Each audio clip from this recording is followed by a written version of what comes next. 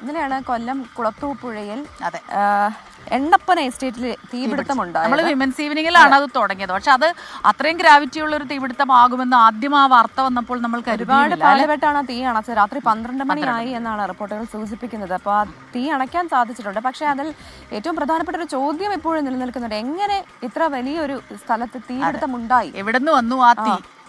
അപ്പൊ തൊഴിലാളികൾ പറയുന്നത് താഴെ താഴെ ജനവാസ മേഖലയിൽ തൊട്ടപ്പുറത്ത് ആരോ തീയിട്ടതാണ് എന്ന് പറയുന്നുണ്ട്. പക്ഷെ അതിലൊക്കെ വ്യക്തത വരേണ്ടിയിരിക്കും. ഫയർഫോഴ്സിന്റെയും വനം വകുപ്പിന്റെയും സംയുക്ത പരിശോധന എന്തായാലും ഇതുമായി ബന്ധപ്പെട്ട് ഉണ്ടാകും എന്നാണ് വിവരം. ആളപായം ഉണ്ടായില്ലെങ്കിലും സത്യം പറഞ്ഞാൽ വലിയ നഷ്ടമാണ് ഉണ്ടായിട്ടുള്ളത്. അരുൺരാജ് ചേരുന്നുണ്ട് നമ്മളോട് വിവരങ്ങൾ കൂടുതൽ പങ്കു. സലിം മാലിക്കാണ് ചേരുന്നത് കൂടുതൽ വിശദാംശങ്ങളുമായി. Salim, good morning. സലിം, അപ്പോൾ ഇതിൽ തീർച്ചയായിട്ടും കൃത്യമായിട്ടുള്ള അന്വേഷണം വേണം. അന്വേഷണം നടത്തിയാൽ മാത്രമേ ഇത് എവിടെ നിന്നാണ് തീപിടുത്തം ഉണ്ടായത് എന്ന് വ്യക്തമാവുകയുള്ളൂ. എങ്ങനെയാണ് ഇന്നിപ്പോൾ കാര്യങ്ങൾ തീരുമാനിച്ചിരിക്കുന്നത് സലിം?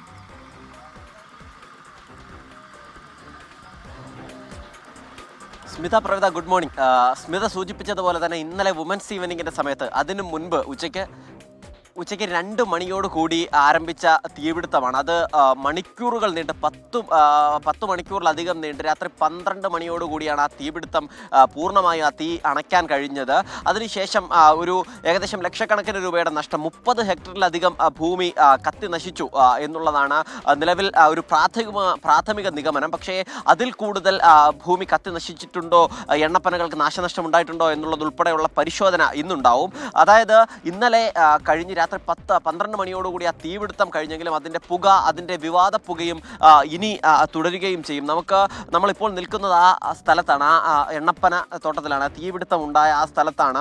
കിലോമീറ്ററുകളോളം നീണ്ടു നിൽക്കുന്ന ഒരു സ്ഥലത്താണ് ഈ തീപിടുത്തം ഉണ്ടായിരിക്കുന്നത്. കണ്ടൻചിറ പാം ഓയിൽ എസ്റ്റേറ്റിലാണ് ആ തീപിടുത്തം ഉണ്ടായിരിക്കുന്നത്. ഇനി പ്രധാനമായും എത്ര സ്ഥലം കത്തി നശിച്ചു, എത്ര രൂപയുടെ നഷ്ടമുണ്ടായി എന്നതിൻ്റെ കണക്കുകൂട്ടലുകൾക്കപ്പുറം ഈ തീപിടുത്തം ഉണ്ടായതിൻ്റെ കാരണമാണ് ഏറ്റവും പ്രധാനമായ വിവാദമായി ഉയരാൻ പോവുകയും ചെയ്യുന്നത്. കാരണം ഇത്രയും ഒരു വലിയ സ്ഥലം, ആ സ്ഥലത്ത് തീപിടുത്തം ഉണ്ടാകുന്നൊരു സാഹചര്യം, തീപിടുത്തം അഥവാ ഉണ്ടായാൽ തന്നെ അത് കൃത്യമായി അണയ്ക്കാൻ കഴിയാത്തൊരു സാഹചര്യം എന്തുകൊണ്ട് എന്നുള്ളത് ഉൾപ്പെടെ വലിയ വിവാദമാവുകയും ചെയ്യും. അതിൽ തന്നെ ഇപ്പോൾ ഉയരുന്നൊരു പ്രധാനപ്പെട്ട കാര്യം, ആരോ ഈ ജനവാസ മേഖലയിൽ നിന്ന് തീയിട്ടു എന്നൊരു ആരോപണം ഇവിടുത്തെ തൊഴിലാളികൾക്കുണ്ട്. അതുപോലെ തന്നെ മനഃപൂർവ്വമായി തീയിട്ടു എന്ന് മറ്റൊരു ആരോപണമുണ്ട്.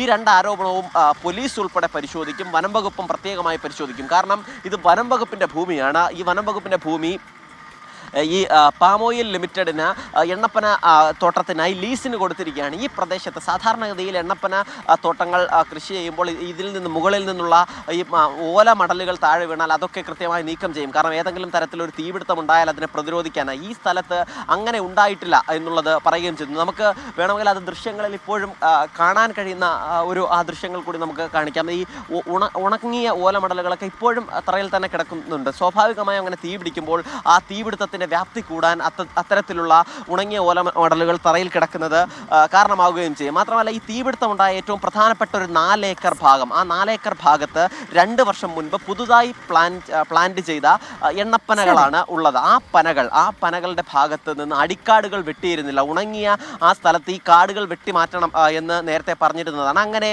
ഒരു ക്രമീകരണം ഏർപ്പെടുത്തിയിരുന്നതില്ല. അതിനുള്ള കോൺട്രാക്ട് എടുത്തെങ്കിലും ഏറ്റവും കുറഞ്ഞ തുകയ്ക്ക് ഒരു കോൺട്രാക്ട് പിടിച്ചെങ്കിലും ആ കാടുകൾ വെട്ടിമാറ്റുന്ന ഒരു സാഹചര്യം ഉണ്ടായില്ല. അതുകൊണ്ട് തന്നെ ഈ വളരെ വേഗത്തിൽ ഒരാൾ തീയിട്ടതാണെങ്കിലും അതല്ല ഏതെങ്കിലും സാഹചര്യത്തിൽ തീ പടർന്നതാണെങ്കിലും വളരെ വേഗത്തിൽ തീ ഏക്കറുകളോളം പടരാനുള്ള ഒരു സാഹചര്യം ഉണ്ടാവുകയും ചെയ്തു. ഈ പുക ശ്വസിച്ച് ഇവിടുത്തെ തൊഴിലാളികൾ ഉൾപ്പെടെയുള്ളവർ ഈ അടിക്കാടുകൾ സമയത്തിന് വെട്ടാതിരുന്നു. അതോടൊപ്പം തന്നെ കത്തിക്കരിഞ്ഞു നിൽക്കുന്ന അടിക്കാടുകളാണ്. നമുക്കറിയാം ഇപ്പോഴത്തെ ഒരു താപനില ഇങ്ങനെ കൂടി വരുന്ന സാഹചര്യത്തിൽ തീയൊന്ന് പതുക്കെ ഒരു പൊരി വന്നാൽ മതി. അത് തന്നെയാണ് സംഭവിച്ചിട്ടുള്ളത്. അപ്പോൾ കൃത്യമായിട്ട് അന്വേഷണം നടക്കണം. കാരണം ആളപായമൊന്നും റിപ്പോർട്ട് ചെയ്തിട്ടില്ല.